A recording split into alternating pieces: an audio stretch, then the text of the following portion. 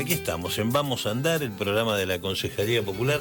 Tenemos el gratísimo honor, no sé Ariel si vos sentís lo mismo que yo, de estar acá con un compañero, un amigo, un especialista, siento así una cosa, una persona que ha crecido mucho intelectualmente y realmente... volumen también. Bueno, estamos aquí con el doctor Santiago Pomponio. Qué gusto, Santi, que estés aquí con nosotros. Para mí es un gran placer, muchachos, realmente. Un gran guitarrista, pero no en este tema. No en este tema. Un gran guitarrista, pero no en este tema. Este tema guitarra, músico también sos. No, soy un músico de fogón. Tipo que te podría acompañar con una de Calamar, una Yo cosa. Yo conozco a tu hermana, que sí hizo una música muy importante. Sí, claro. Sí, claro, ha estado en... Es ¿cómo se dice? Percusionista, exactamente. Sí, ha estado en eso y ahora es muralista. Está en Amura, que es la Asociación de Mujeres Muralistas de Rosario. Y que han hecho varias cosas así con el municipio y con la provincia. Bueno, están tratando de extender ahí sus redes y de imponer militar sus ideas, ¿no? Ahí tienen un muy lindo grupo. Bueno, Santiago... Bueno, un gran placer, ¿eh? Gracias por invitarme. Santiago, el doctor Pomponio, para todos los oyentes. Además es una especie, está a cargo de un área específica de seguridad ciudadana de la Universidad del Gran Rosario. Era uno de los expositores por culpa personal mía, directamente me hago responsable totalmente, más allá de cualquier error. Hubo una desinteligencia sobre el día, en realidad porque uno de los expositores principales, que era la persona de Colombia, cambió el día porque se iba un día antes. Lo perdoné porque lo había llamado Gustavo Petro, entonces tuve que acceder a su pedido. Si no le hubiera dicho Roldán, te dice que no. Pero bueno, la verdad que me mostró una carta muy alta y me mostró los mensajes, o sea que tuve que acceder a que era así. No eran parlables.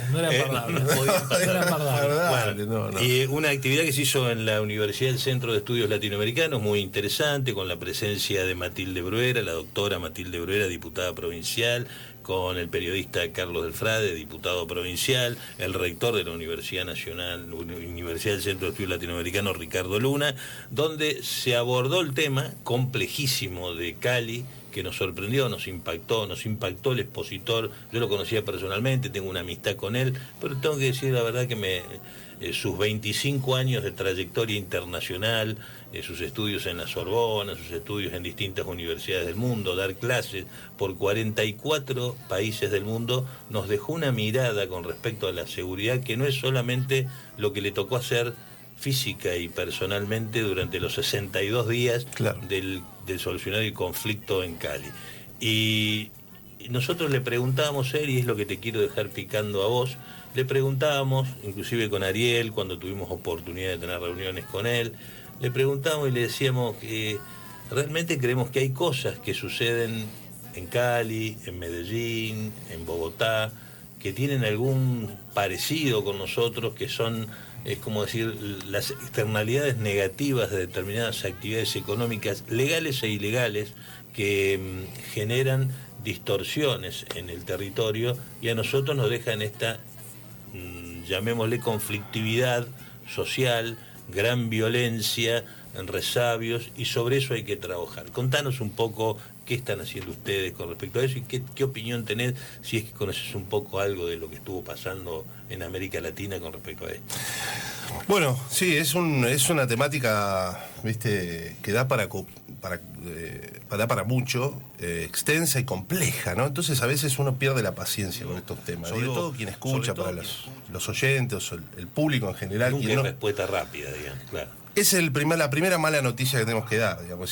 Si el que está esperando la respuesta, como dice un famoso expositor, no existe la bala de plata para matar al monstruo. Es decir, ojalá nosotros pudiéramos con un solo tiro ya derrotar esta, digamos, y resolver esta cuestión. Pero es una problemática multidimensional, multicausal, se escuchan muchas estas terminologías, porque realmente lo es, ¿no es cierto? Acá vos recién acabas de mencionar actividades económicas lícitas e ilícitas que terminan de alguna manera legitimando circuitos de la violencia, ¿no es cierto? Y terminan proveyéndole a las organizaciones, a veces a organizaciones criminales. Cuando yo te digo organizaciones criminales, vos te imaginás a Scarface, ¿viste? Pero no, son tipos que tienen por ahí oficinas en el centro, en el microcentro de las ciudades, fabulosas oficinas. Bueno, porque, digamos, por eso digo, el entramado es muy complejo, el abordaje también debe serlo, ¿no es cierto? ¿Y cuál es el problema que nosotros tenemos en este sentido? Es que la urgencia social, la demanda, que es desesperante, y es desesperada además, porque uno lo escucha, lo escuchás la vibración de la gente en la calle, donde se advierte no solamente la violencia producto de los delitos, es decir, no solamente la violencia derivada de, qué sé yo, del homicidio seguido de muerte, ¿viste? Esas mediciones que solemos hacer quienes estudiamos el fenómeno de la seguridad o de la inseguridad, porque son como las dos caras de la misma moneda, ¿no? Nosotros decimos que la seguridad se construye y la inseguridad se administra, se gestiona, digamos. Es decir, cuando vos hablas de inseguridad, del flagelo de la inseguridad, viste que hay términos que van como asociados. La inseguridad tiene como si fuera natural, que no tuviera alguien que... Sí, que formara parte de una lógica de funcionamiento sistémica. Es decir, entonces la seguridad se construye, y se construye en un montón de sentidos que no son estrictamente el mero sentido policial. Que esa es la problemática más grave. Digamos, vos cuando tenés que llevar al territorio un programa de seguridad, la demanda social te está pidiendo más policía, te pide más presencia policial, pide más circuitos de patrullaje. No quiere decir que esto no haya que hacerlo, pero esto no es un paliativo, no resuelve el fondo de la cuestión. Es como que este tema tiene varias, como la cebolla, ¿viste? Varias capas, o si querés, distintos niveles de abordaje. Un abordaje, digamos, es el inmediato, porque tenés que tener una fuerza policial que pueda atender o mediar en determinadas situaciones de violencia creciente, pero al mismo tiempo tenés que favorecer o promover la convivencia. Y se favorece y se promueve la convivencia a través de otro tipo de recursos. Y al mismo tiempo tenés que distribuir la riqueza, porque en sociedades más desiguales los índices de inseguridad y los índices de violencia es... Ahí te meto una preguntita. Está claro que van a crecer. Que te va a servir al argumento que estás tirando. Hablando con Fernando Marmolejo, él decía... claro, semejante conflicto, 165.000 personas en la calle durante 60 días, imagínate los quilombos. Y como que son públicos distintos, como que son personas, él decía ciudadanías, muchas ciudadanías diferentes, distintas todas. Nosotros también en nuestro territorio tenemos ciudadanías distintas que al no hacer nada, al tener este desaguisado, después lo vamos a tener a Farías y vamos a hablar de lo que pasó en la Cámara de Diputados, el papelón de la persona, el ministro y todo lo que sucede, que realmente sorprende, porque son los que están a cargo de ejecutar el presupuesto para las políticas de seguridad que vos estás hablando, ¿no? Pero yo digo, existen esas ciudadanías distintas y hoy se autogenera una insurgencia, una violencia que va más allá de la persona delincuente. O sea, hay comunidades que viven, que son tipos así que están ahí en el medio de este quilombo y que reciben la violencia también, y algo hay que hacer. La violencia casi como un lenguaje, como un argot de la organización social, ¿entendés? Ese es el problema, digamos, creo, uno de los problemas, como dijimos, son múltiples, pero digamos, uno de ellos es que la violencia se empieza a propagar por muchas razones. Por ejemplo, la necesidad de identificarte con un sector determinado, o de pertenecer, cuando no perteneces a nada, pertenecer a algún tipo de organización que te dé, que te contenga, o que contenga, digamos, a gente que por ahí, digamos, encuentra caminos, gente que por ahí ha tenido su primer contacto con el Estado a través de esta faz represiva, primer faz represiva del Estado. Sí, por ahí el pibe que lo primero que conocían del Estado es un policía que le viene... ¿Viste? A pegar ¿entendés? Ponerlo contra la pared claro, ¿entendés? Una intervención policial violenta. Es decir, en contexto donde, además, como vos decís, prolifera la violencia como una atmósfera, digamos, que es el caldo de cultivo de muchas otras cosas. Entre otras el delito, ¿no? Pero, digamos, abarcativo del delito en términos conceptuales, digamos, ¿no? Bueno, eso es el fenómeno que nosotros tratamos en la universidad, digamos, que es un poco el ámbito donde en este momento nos toca, hemos compartido otros ámbitos de participación. En este momento estamos al frente de un espacio de seguridad que me toca dirigir, y bueno, nosotros lo que intentamos es precisamente, ¿cómo te diría?, desentrañar, desanudar, desandar todas estas complejidades, digamos, para poder pensar soluciones. Pero bueno, las soluciones, viste, son a largo plazo, y la inversión, por ejemplo, esto que pasa, que decís acerca de la inversión, es la subejecución del presupuesto. ¿En qué se va a invertir eso? ¿En patrulleros? ¿En más policías? ¿O en salud, accesibilidad a la educación, programas de inclusión social? Presencia del Estado en los lugares más vulnerables. Exacto. ¿Con quién no estudian? ¿Con quién no trabajan? ¿Con quién es más, hay una cuestión comunicacional que es, creo que vos la traías al inicio de la charla, que vos decís, bueno, nos imaginamos cuando hablamos de alguien atrás de una economía delictiva, de Scarface. Vos planteabas, bueno, los monos, los Alvarado.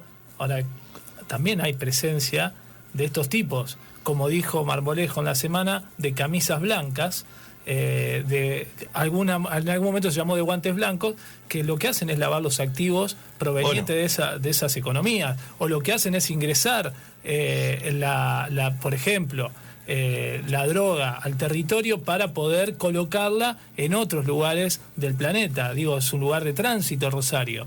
Se queda un porcentaje de lo que produce el narcotráfico en la ciudad. También es la dirección hacia esas personas de camisa blanca, no está ni siquiera en los reclamos populares, ni tampoco en lo que trabajan los medios de comunicación. Absolutamente, y ahí hay una temática, Ariel, central. Los medios de comunicación, el rol de los medios de comunicación en esta gesta que hay que dar, esta disputa de poder. A veces pensemos en la disputa de poder, digamos, en el concepto nietzscheano, quizá más cruel, digamos, más cruento, es decir, más allá, digamos, de pensar en los límites del Estado de Derecho, que es con lo único que cuenta el Estado, ¿no? Que cuenta con las herramientas estatales y demás. Por ahí primero hay que pensar dónde se sitúa el poder, dónde se fortalece, de qué se nutre. Estos son circuitos económicos que claramente están, digamos, íntimamente relacionados con el negocio, con la narcocriminalidad, pero con otros negocios ilícitos también, ¿no es cierto? Porque el lavado de dinero, viste, que es como el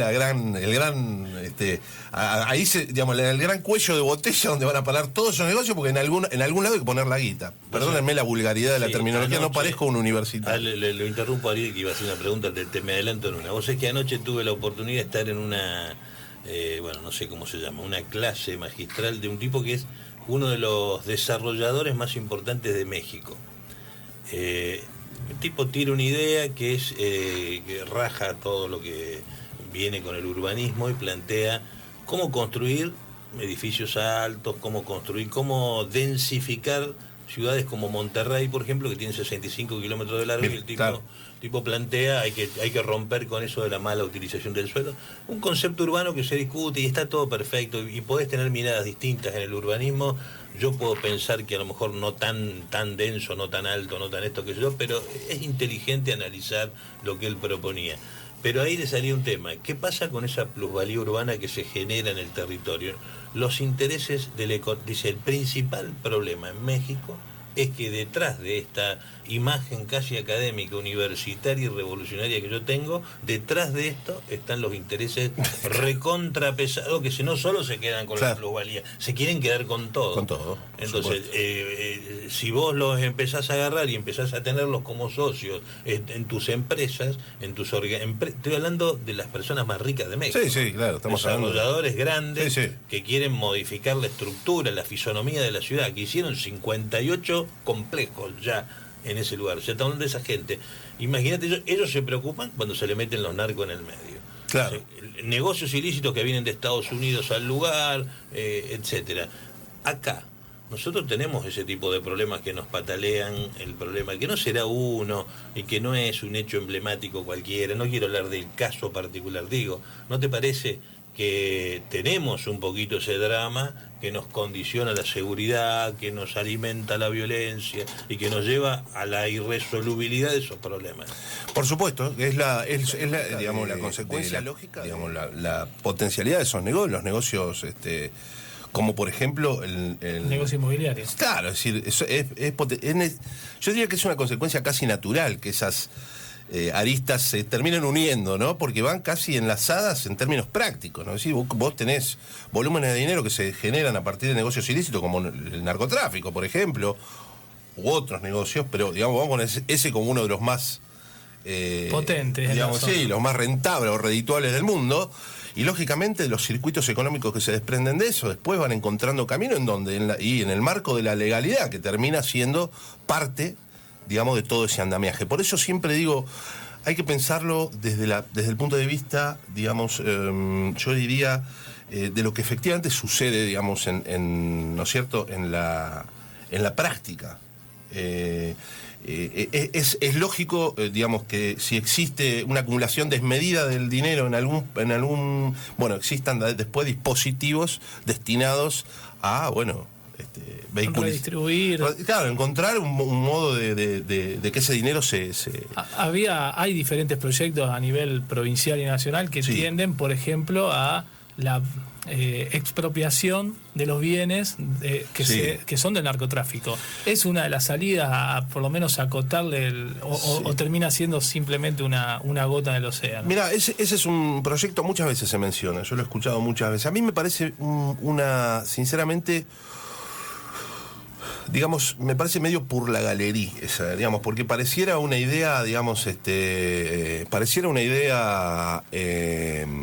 digamos, justiciera, ¿no? Decir, bueno, a estos tipos que están haciendo guita con la sangre de nuestros ciudadanos y que además distribuyen droga que mata a nuestros jóvenes, lo que le encontremos nos lo quedamos, digamos,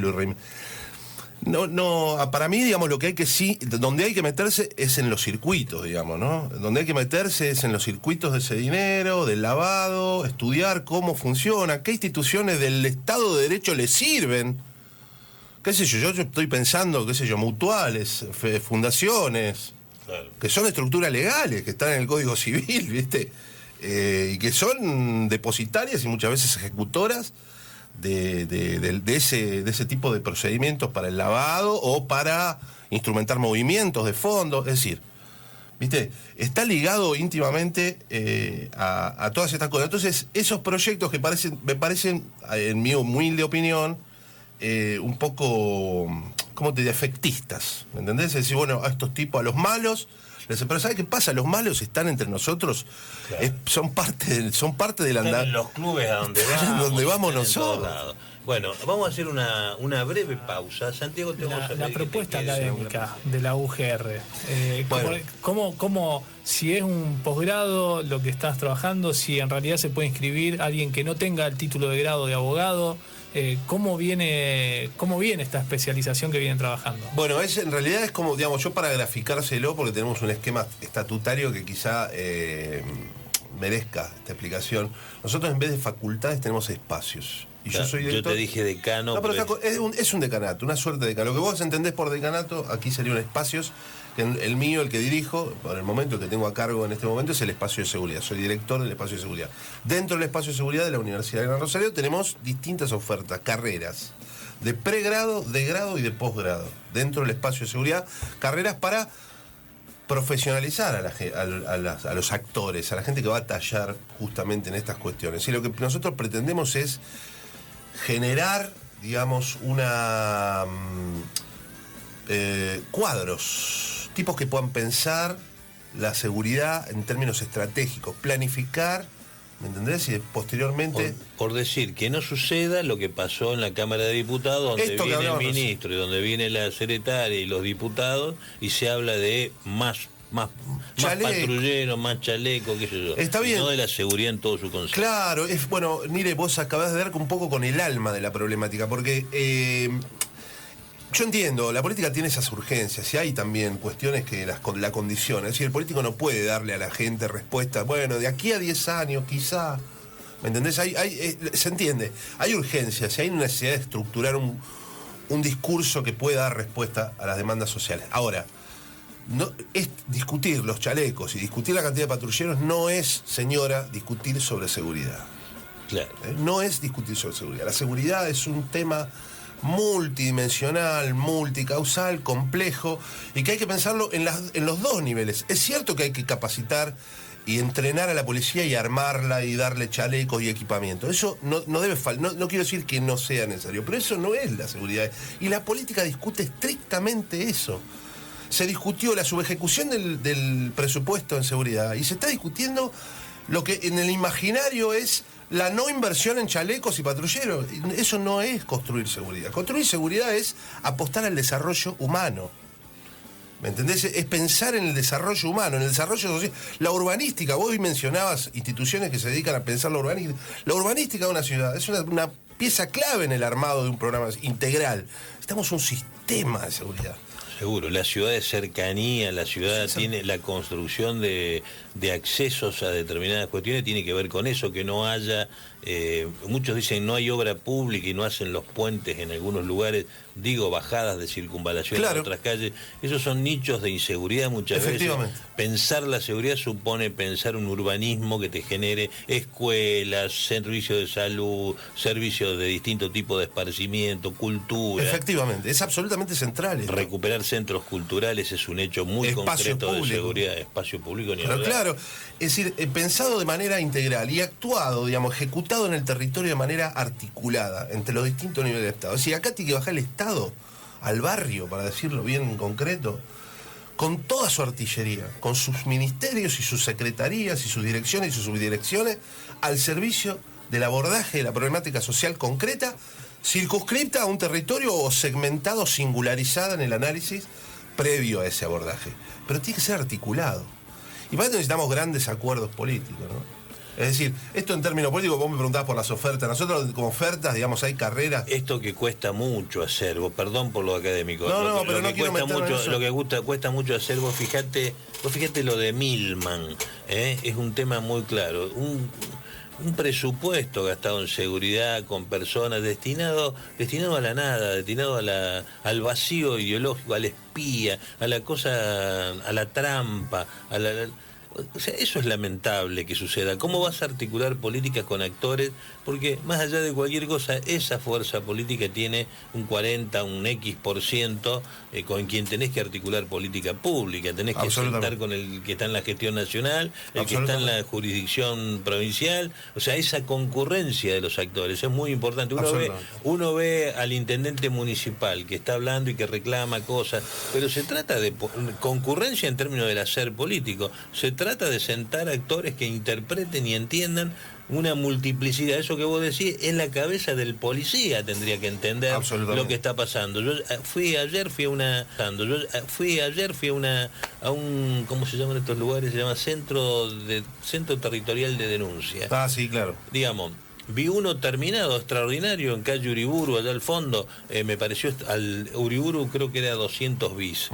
Maravilloso el lugar, no había ingresado yo todavía a ese lugar, lo había visto de afuera, nunca había entrado, me pareció muy bueno en términos urbanos, bien hecho, está pensado como algunos que vi en otras ciudades de América Latina que son parecidos, me parece muy bien. Ahora, tiene que estar ese personal trabajado, tiene que haber una universidad como la de ustedes, ese tipo de capacidad. Me imagino que se apuntas a eso, Gustavo, ustedes. Absolutamente, uno piensa, digamos, de manera integral el abordaje, es decir, podemos tener un hermoso edificio con, digamos, tecnología de punta, pero si nosotros no le proporcionamos al ciudadano accesibilidad a la justicia, accesibilidad a la administración de justicia, accesibilidad a poder curarse, ¿viste?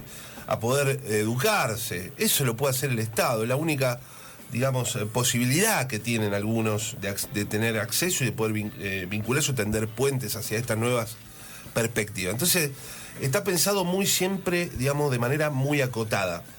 Mira, hay un estudio del Banco Mundial, te lo digo muy cortito y al pie. Tiene 3 ejes, digamos, porque recién mencionabas el municipio, ¿no? El municipio, digamos, tiene una posición incómoda porque no tiene el poder de policía, pensando siempre la perspectiva de la seguridad desde la mirada policial, digamos, ¿no?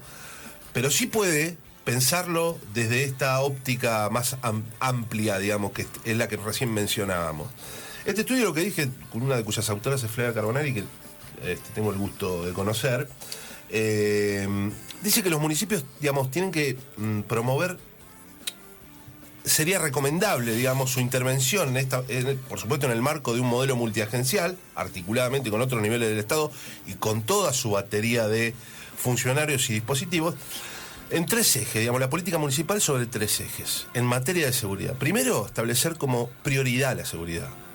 Es decir, como en el programa, en el desarrollo del programa, del plan, cuando vos asumís un gobierno municipal, tiene que estar como eje central de gestión. Es decir, vos te lo tenés que plantear no como una cuestión más.